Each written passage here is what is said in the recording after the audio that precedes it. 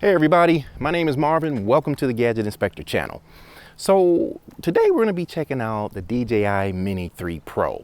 I sold my Mini 2 to pick up this drone, and the main reason why I did it is for the controller, the DJI RC, which has its own bright display. One of the things I was experiencing when using my smartphone is on a bright sunny day like this, the screen would dim and there's nothing you can do about it, and it would be really hard to see the screen even with the sunshade.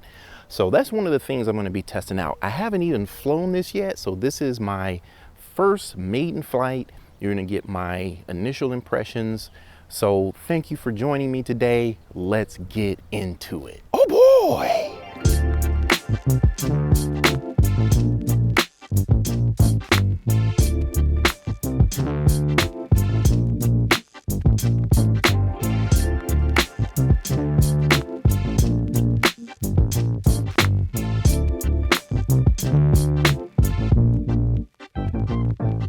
All right, so let me give you some of my impressions and then we'll talk through some of the footage here. So I was shooting in 4K 24 frames per second and just shooting in the normal profile here, H.264. Don't have any ND filters yet, so we're just in the auto exposure. I did lock in white balance at 5,000 Kelvin though, so that doesn't shift or change. Now, one of the first things I noticed about this camera is how well it handles contrasty scenes. So as you can see me here just chilling, sitting under some shade. The dynamic range is really good. As I shift to more of a landscape view here, the image is just super crispy, y'all, as you can see. I'm gonna be myself, or I could be someone else. No one's stopping me now. I'm gonna skip my break. I had 32 satellites on this flight. I don't think I've ever seen 32 satellites on any flight that I've done with a drone thus far. And I've been flying for about 5 years. Hold me down, feel alive when I'm in this town. Look at those beautiful stars. I wanna drive a faster car. Now I flew over to this water tower here and I thought I'd try out the Mastershots feature. So it basically streams together multiple automated shots. Life's looking fine, and I know this is my time now. I'm gonna Droney. Or I could be someone else. No one's stopping me now.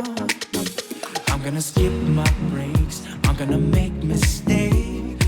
I just wanna feel alive. It's just what I do when I'm out, so try. Circle far. Feel alive when I'm in this town. Look at those beautiful stars. I wanna drive a faster car. Circle close. They can break me.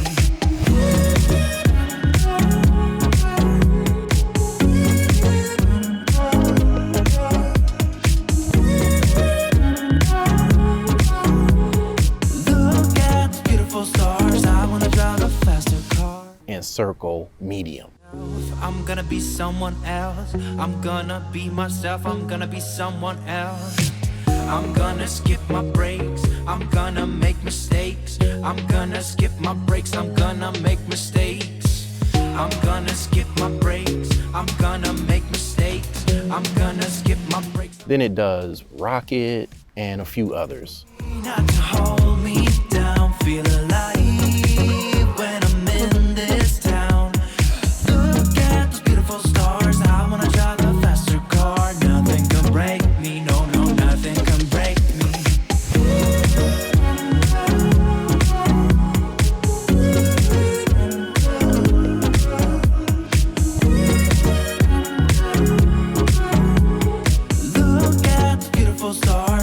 Drive a faster car. Now what's cool about this is you can just select your subject and the drone is just going to string together all of these cool shots all in one shot. Now if you get nervous like I did, you can just move the sticks and it will cancel out the master shot. It'll just stop. The drone actually looked like it was going to descend right into the top of that water tower. So I don't know if it was gonna do it or not, but it scared me, so I stopped it. Then I thought I'd try the spotlight subject tracking feature.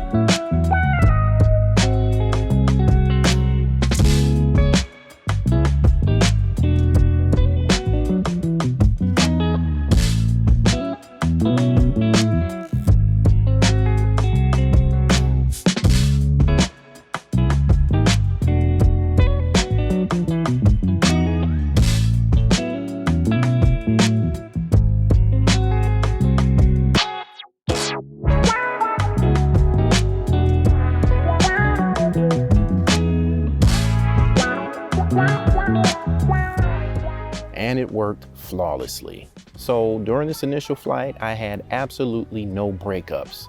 The feed was pristine, no glitches, no lags, nothing. So I didn't fly out that far, but still, sometimes with these drones, the reception can be really, really spotty in a residential area. With DJI, that's very, very rare. And with the Mini 3 Pro, non-existent. So I had zero problems, zero. So if one of your burning questions about the controller is whether it's bright enough in direct sunlight, I can tell you without question, it is definitely bright enough. Now, make sure you go into the settings by swiping down twice. So you're gonna swipe down twice on the screen to get to the settings for the controller itself, and you're gonna increase the brightness of the screen.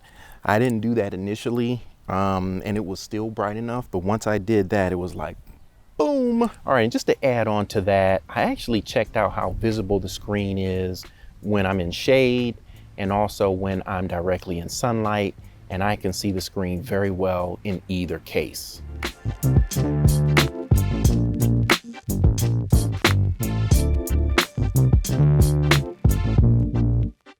Very happy about that. That's one thing I was concerned about. I did watch some videos, some reviews beforehand, and they pretty much all alluded to that, but I wanted to see for myself, and I can attest to the fact that the screen is definitely bright enough. So far, I am a big fan of this controller. The quality is great, and I love the fact that I don't need my smartphone anymore. That's big for me. Oh, one more observation. The box the drone and the controller come in is really, really small, let me tell you. So that should give you a sense about how compact this drone as a complete package, how small it is and how compact it is. Okay, y'all, thanks for watching. I'm done with my first flight. I'm gonna actually go back to the office and kind of gather my thoughts, and I'll probably give you some more of my initial thoughts, but my initial thought to leave you with after the flight, I literally just got done flying, is I need more batteries, okay? I didn't time how long I was flying, but it seemed extremely short. I'm sure it was over 20 minutes. I did have it hovering for probably 10 minutes at least. I was taking some video of the drone in the air. So it did hover for a little while, and you know the battery does drain faster in a hover. But anyway, I did order the Fly More combo. DJI is going to this a la carte sort of method now, but I ordered the Fly More combo. It won't be here for another week. So that's going to include 2 more batteries and a case, which I need all of those things like right now because I'm still using the original box that it came in. And when you get the box, man, the thing is so tiny. It's like, yo, this is super, super tiny. But anyway, let me give you some more thoughts. And once again, thanks for watching.